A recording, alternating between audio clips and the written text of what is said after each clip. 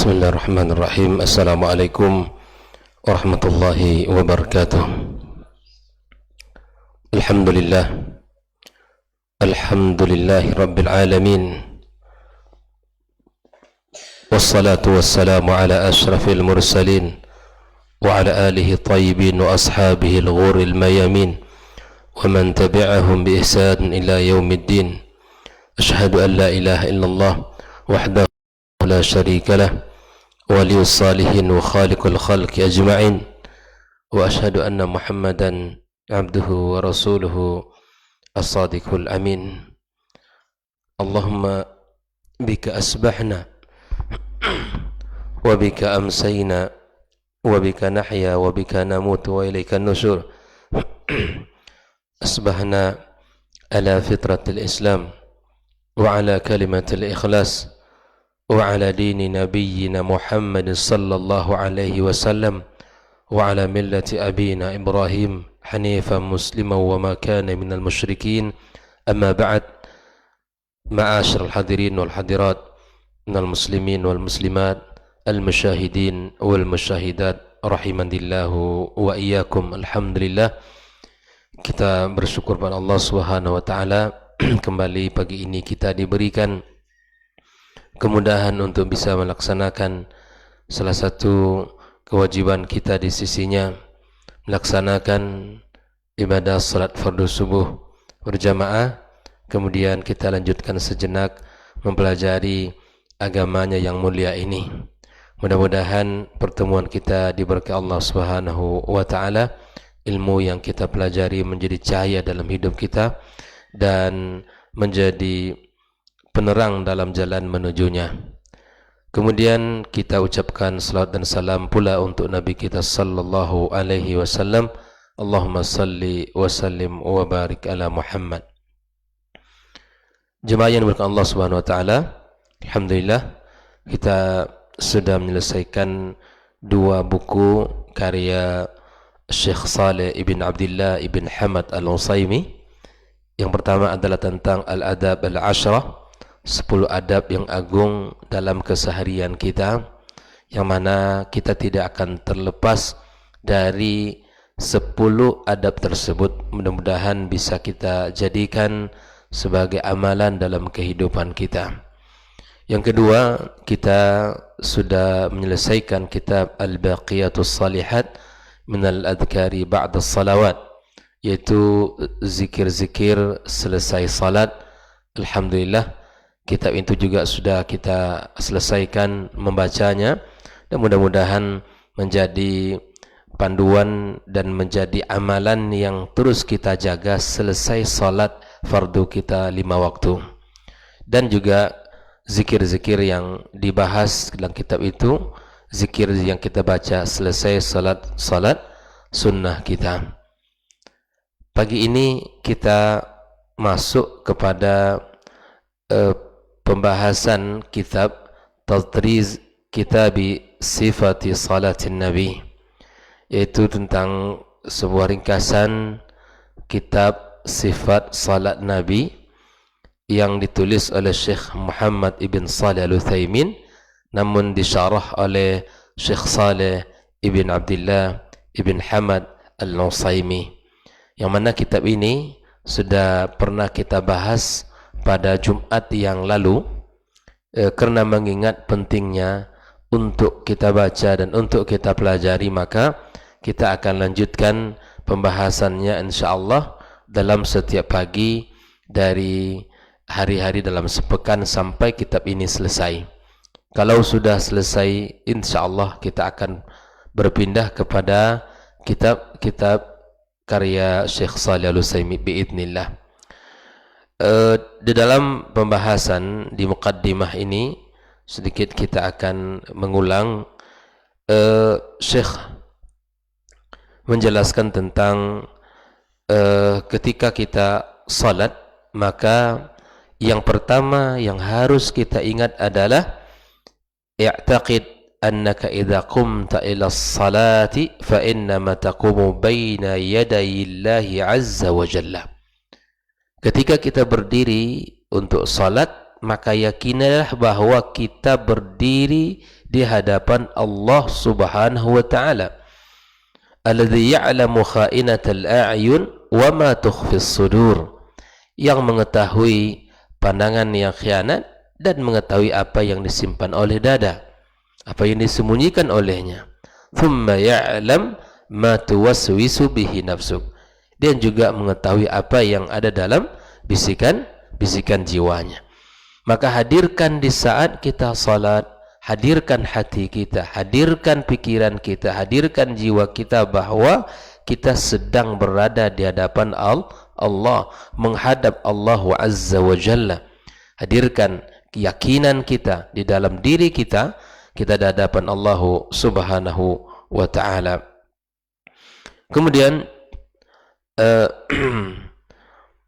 wa hina idzin hafidhu ala an yakuna qalbuka mashghulan bi salatika.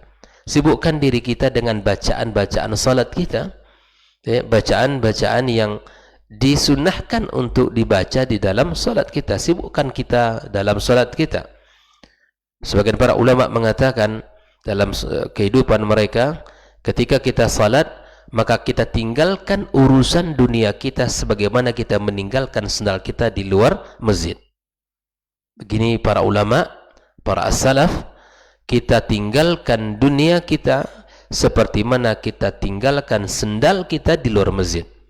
Masuk kita di dalam masjid ini, masuk kita di dalam saf-saf salat kita bersamaan dengan hadirnya hati dan jiwa kita. Kama anna jismika mashghulun bi salatik. Sebagaimana fisik kita ini sibuk dengan salat kita.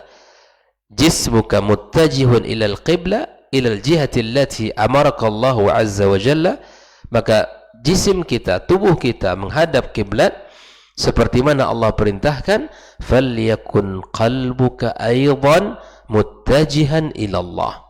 Maka hendak juga engkau jadikan hatimu menghadap Allah Subhanahu wa taala.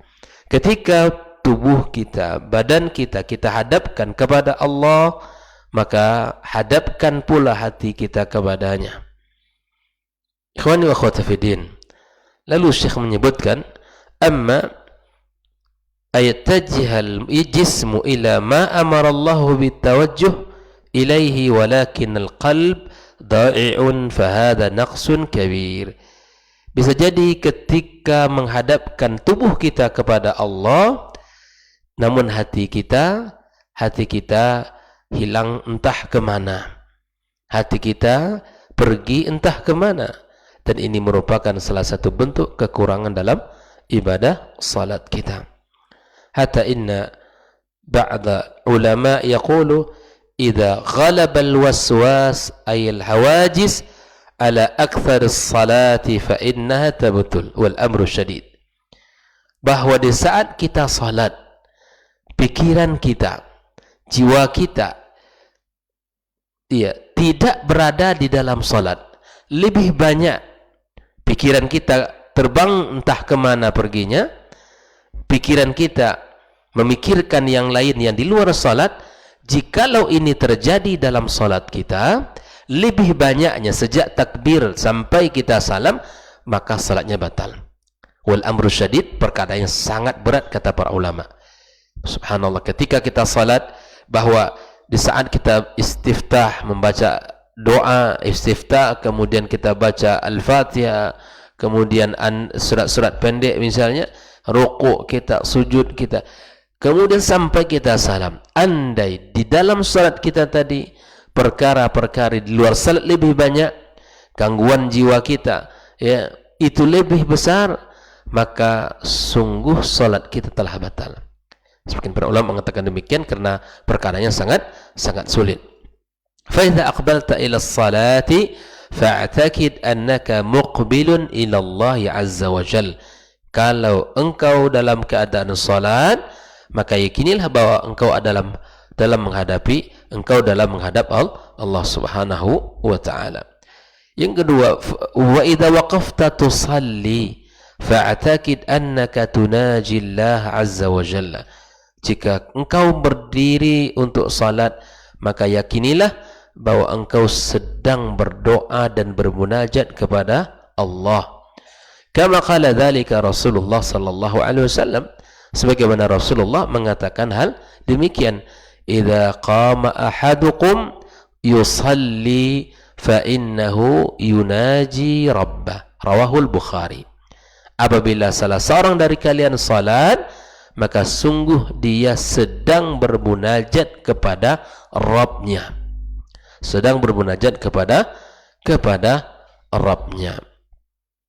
Ikhwani wa akhwati fiddin, qala al-musannif rahimahullah, Syekh Shalih Utsaimin mengatakan, wa idza waqafta fis salati fa'taqid, jika engkau berdiri dalam salatmu, maka yakinilah anna Allah azza wa jalla qibala wajhik, maka yakini dalam diri kita Allah berada di hadapan kita. Artinya kita menghadapkan diri kita kepada Allah subhanahu wa ta'ala, dan Allah pun ya demikian di hadapan kita. Ini harus kita bangun dalam diri kita, bahwa Allah subhanahu wa ta'ala ya di saat kita salat, kita menghadap Allah subhanahu wa ta'ala ya, dan dalam keadaan kita menghadap ya zat yang maha mulia, laisa fil ardi allati anta fiha, tentu kita meyakini Allah bukan di hadapan kita di muka bumi ini. Kalla wa hasya, tidak. Allah subhanahu wa ta'ala sebagaimana akidah Ahlus Sunnati wal Jamaah fis sama, ya, fis sama. Tetapi ketika kita berdiri di hadapan shaf salat kita, berdiri di dalam shaf salat kita, menghadap siapa? Menghadap Allah tabaraka wa ta'ala, dan yakin pula kita bahwa Allah subhanahu wa ta'ala mendengarkan apa yang kita ucapkan. Walakinnahu qibala wajhika wa huwa ala arsyih, dijelaskan ya Allah subhanahu wa ta'ala laysa fil ardi allati anta fiha, Allah tidak di bumi di mana kita berada di sini, akan tetapi Allah subhanahu wa ta'ala ya di hadapan kita, Allah subhanahu wa ta'ala di atas arasnya. Ikhwani wa akhwati fi din, hafizakumullah wa ra'akum. Wa ma dzalika 'ala Allah bi'usr atau bi'asir, dengan demikian jika hal demikiannya, maka tidak ada bagi Allah yang mudah. Fa inna Allah laisa kamitsli syai', Allah tidak serupa dengan satu apapun. Ketika kita mengatakan Allah di hadapan kita, bukan berarti Allah di muka bumi kita seperti kita di sini, bukan. Ya, jangan dipahami seperti itu. Karena Allah ya sebagaimana dia sebutkan, Ar-Rahmanu 'alal 'arsy istawa. Wa laisa kamitsli syai', Allah tidak menyerupai dengan satu apapun. Fi jami'i sifati, dalam seluruh sifat-sifat Allah subhanahu wa ta'ala. Fahuwa fawqa arsyih wa huwa qibala wajhil musalli idha salla, dia berada di hadapan orang yang sedang salat. Wa hina idzin tadkhulu wa qalbuka mamlu'un bi ta'zimillahi wa mahabbatihi, ketika kita sudah lakukan hal demikian, di saat kita salat yakini Allah subhanahu wa ta'ala ya melihat kita dan mendengarkan kita, mendengarkan permohonan zikir-zikir kita, maka dengan demikian hati kita akan penuh dengan ta'zim kepada Allah, dan hati kita akan penuh dengan mencintai Allah subhanahu wa ta'ala wa taqarrub ilaihi. Seseorang ketika salat, hendaklah dia mencoba menghadirkan perasaan itu dalam dirinya, bahwa dia dalam kondisi berhadapan dengan Allah subhanahu wa ta'ala, dalam kondisi dia sedang menghadap sang penciptanya, bukan sedang menghadapi manusia.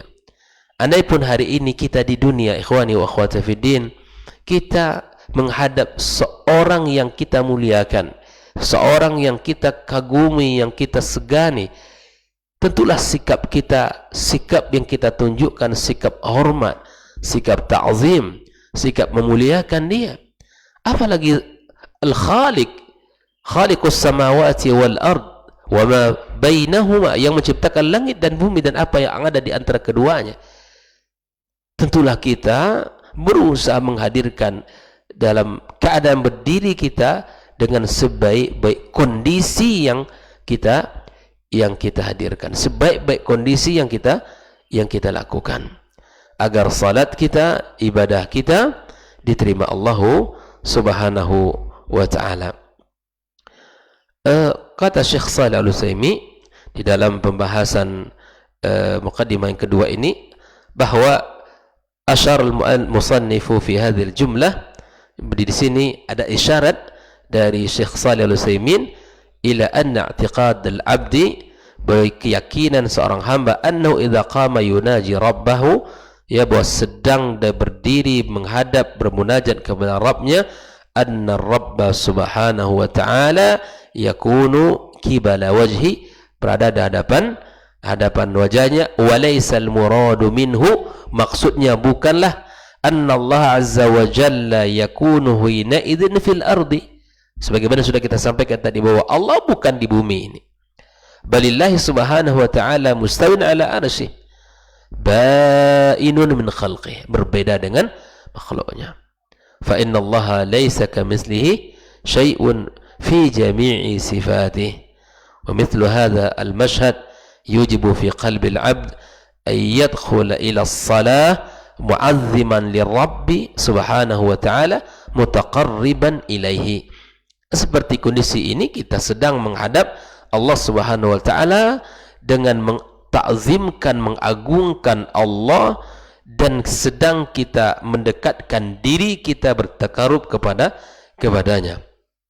Kama anna al-'abd idza dakhala ila duril mu'azzamina min ahli dunya, seperti mana dijelaskan Syekh Shalih Al-Utsaimin, bahwa di saat seseorang masuk kepada sebuah tempat para penguasa, orang-orang yang mulia, orang-orang yang diagungkan dari ahli dunia ini, kata beliau, kal muluk, seperti raja-raja, seorang yang menghadap raja, wal umara, ya, wal aghniya, orang-orang kaya, ya, ya'tarahu jalalun wa haibatun lahum, pastilah dia menghadapkan, mencoba menampilkan bentuk mentakzimkan, memuliakan orang yang ditemuinya. Fa'aula an ta'tarika al-haiba wal jalal idza dakhalta fi as-salati ila rabbika subhanahu wa ta'ala, maka paling pantas bagi kita untuk, ya, memperhatikan dan memberikan kemuliaan, keagungan ketika kita dalam ibadah salat kita. Hal ini diingatkan oleh Syekh Shalih Al-Utsaimin, hendaklah kita perhatikan bagian-bagian ini di saat kita ingin melaksanakan ibadah salat kita, bahwa kita sedang menghadap Allah tabaraka wa ta'ala dengan fisik dan jiwa kita. Yang kedua, kita sedang bermunajat kepadanya, maka Allah mendengarkan apa yang kita minta, apa yang kita baca, apa yang kita pikirkan. Allah mengetahui hal itu semua. Tidak ada yang tidak terdengar oleh Allah Subhanahu wa taala. Nah, oleh karenanya apabila hal ini sudah kita lakukan, yakinilah bahwa kita akan mendapatkan nilai dari ibadah salat kita, nilai yang baik, karena kita khusyuk, berusaha menjadi orang-orang yang ketika kita berhadapan dengan Allah, hadir hati kita dan fisik kita. Hal ini juga dikuatkan oleh hadis Nabi SAW, dikuatkan oleh hadis Nabi SAW, di mana Nabi SAW mengatakan, apabila inna rajula la yansarifu wa ma kutiba lahu illa ushru salatih, bahwa setiap kali orang salat dan setiap selesai salat dia tidak membawa apa-apa dari salatnya kecuali 1/10 dari ibadah salatnya. Tus'uha mungkin 1/9-nya, uthumunuha mungkin 1/8-nya, subu'uha mungkin 1/7, sudusuha 1/6-nya, khumusuha 1/5-nya, rubu'uha mungkin 1/4-nya, wa thulusuha wa nisfuha, bisa 1/3 dan bisa separuhnya, tergantung keadaan dan kondisi kita bersama dalam menghadapi salat. Ya subhanallah, Rasulullah SAW dalam hadis ini mengisyaratkan ternyata berbeda-bedanya kita, bagian kita di dalam ibadah salat ini, ya, berbeda-beda ternyata. Ada yang sempurna, ada yang separuh, ada yang kurang, sampai tidak ada dari bagian salat yang dia miliki. Dalam bahasa orang lain, wa huwa fi wadin, ya, huwa fi wadin wa nafsu fi wadin akhar. Fisiknya berada di sini, jiwa pun berada di tempat lain. Subhanallah. Dan syaitan tentunya tidak akan ridha kepada siapapun dari hamba Allah yang senantiasa mendirikan salat. Ia tidak akan membiarkan kita dan sempurna dalam ibadah salat kita. Karena apabila salat ini sempurna, berefek dalam kehidupan kita. Apabila ibadah ini sempurna, maka akan memberikan perubahan dalam diri kita. Allah Subhanahu wa taala mengatakan, "Innas salata tanha 'anil fahsya'i wal munkar." Salat itu mencegah dari perbuatan keji dan mungkar. Dan salat itu akan menjadi penenang jiwanya, akan menjadi penentram jiwanya. Bukankah Nabi sallallahu alaihi wasallam dia ketika menghadapi musibah, menghadapi masalah, menghadapi cobaan dalam hidup, dia segera kembali kepada Allah, membentangkan sejadahnya, kemudian dia melaksanakan salat sampai dia mengatakan kepada Bilal, "Ya Bilal, ya Bilal, arihna bis salati ya Bilal." Jadi salat sebagai penawar dari segala bentuk permasalahan hidupnya. Salat menjadi solusi, menenteramkan hati, menguatkan jiwa, menenangkan pikiran, merasakan dirinya lebih baik. Baginda kita sallallahu alaihi wasallam, perkaranya sama. Kita seharusnya sebagai umat Rasulullah sallallahu alaihi wasallam harus mampu menjadikan salat, ya, harus mampu menjadikan salat sebagai kebutuhan kita, sebagai tempat kita mencari solusi dalam hidup kita. Karena Allah Subhanahu wa taala sedang mendengarkan doa-doa dan zikir-zikir, bacaan-bacaan kita di dalam salat kita. Mukmin kuat dengan keberadaannya sebagai mukmin karena ada Allah yang terus mendengarkan segala bentuk permintaan dan segala bentuk permohonannya. Jadi kita ini subhanallah, dalam sehari semalam kita diwajibkan Allah untuk mendirikan salat, karena sesungguhnya itu Allah menginginkan kebaikan untuk kita. Makanya orang-orang yang tidak mendirikan salat, yang tidak melaksanakan salat, kita dapatkan jiwa mereka rapuh, kita dapatkan nilai kehidupan ini tidak ada. Apa yang paling mahal yang kita miliki dari kehidupan kita daripada salat kita? Tidak ada. Karena salat itu adalah kebutuhan kita, sebagaimana kita butuh makan dan minum dalam keseharian kita. Orang beriman apabila tidak salat, maka dia tidak akan merasakan kenikmatan hidup. Orang tidak akan merasakan kenikmatan hidup, walaupun secara zahir segala kenikmatan dunia ini dia punya, segala bentuk kenikmatan dunia ini dia miliki, tapi dia tidak memiliki ketenangan jiwa, ketentraman hati. Betapa banyak orang yang kaya mengakhiri hidup dengan kematian dengan cara yang tidak halal, dengan cara yang dimurkai Allah, karena dia hilang panduannya. Betapa banyak orang yang kaya yang dengan hartanya seharusnya dia lebih tenang, lebih nyaman hidupnya, lebih baik kondisinya, tapi karena tidak nyaman dalam hatinya, tidak dekat dengan Allah, maka harta itu bukan membawa dia kepada kebaikan, justru memalingkan dia dari kebaikan. Inilah semuanya jika seandainya salat kita tidak jadikan sesuatu yang agung dalam hidup kita, maka seiring dengan perasaan atau sikap yang tidak mengagungkan salat itu pula lah di mana jiwanya tidak bersih dan tidak akan agung di sisi Allah Subhanahu wa taala.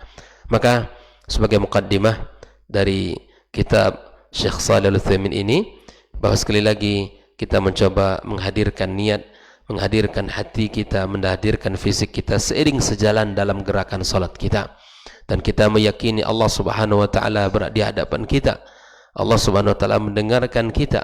Allah Subhanahu wa taala melihat dan menyaksikan apa yang kita baca. Maka qala al-musannif rahimahullah, fakabbir fatukabbir taqul wallahu akbar, hendaklah engkau bertakbir dengan mengatakan Allahu akbar. Nah, di dalam takbir ini kata Syekh Shalih Al-Utsaimin, wa ma'a hadha at-takbiru tarfa'u yadayka ila hadwi mankibaik au ila furu'i udhunaik. Ada dua cara ketika kita bertakbir. Pertama, kita angkat kedua tangan kita ya seiring sesuai sampai kepada bahu atau pundak kita. Kepada pundak kita, kita mengangkat kedua tangan kita sampai kepada setinggi sejajar dengan pundak kita atau bahu kita, atau ila furu'i udhunaika, kalau ada orang yang kedua pilihannya sampai pada ujung telinga atau sampai sejajar dengan telinga. Boleh pilihannya dua, kita angkat tangan kita sejajar dengan mankib kita ya, bahu kita, atau sampai ke telinga kita atau sejajar dengan telinga kita. Artinya ada dua pilihan, satu di bawah sejajar dengan pundak kita atau ke telinga kita. Nah, ini mesti kita, dan ini tentu berdasarkan riwayat-riwayat yang telah sampai kepada kita berdasarkan ya hadis yang diriwayatkan oleh para sahabat dari Nabi sallallahu alaihi wasallam. Insyaallah akan kita jelaskan lebih detail pada pertemuan besok biiznillah tentang bagaimana takbir yang benar di dalam ibadah salat kita. Kita mulai dengan Allahu Akbar, lalu kita angkat kedua tangan kita dengan dua kondisi, boleh sejajar dengan bahu kita atau sejajar dengan telinga kita. Ini tidak ada yang melebihi daripada itu, melebihi kepala tidak ada. Tidak ada yang melebihi kepala, itu hanya sekedar ya sedikit. Dan macam-macam orang di dalam, kita lihat dalam kesalahan-kesalahan di dalam ibadah salat kita. Kita berharap salat kita sempurna, ibadah kita sempurna. Harapan kita ketika Allah Subhanahu wa taala menghisap amal-amal ibadah kita, amal salat kita ini sempurna, dan kita berharap sempurna pula lah amal-amal kita yang lain. Mudah-mudahan Allah memberikan taufik kepada kita membaca, mempelajari kitab ini dan bisa kita amalkan dalam keseharian kita, karena ini sangat kita butuhkan, sangat kita perlukan di dalam keseharian kita. Wassallallahu ala nabiyyina Muhammadin wasallam, wa subhanakallahumma bihamdik, asyhadu an la ilaha illa anta astaghfiruka wa atubu ilaik. Wassalamualaikum warahmatullahi wabarakatuh.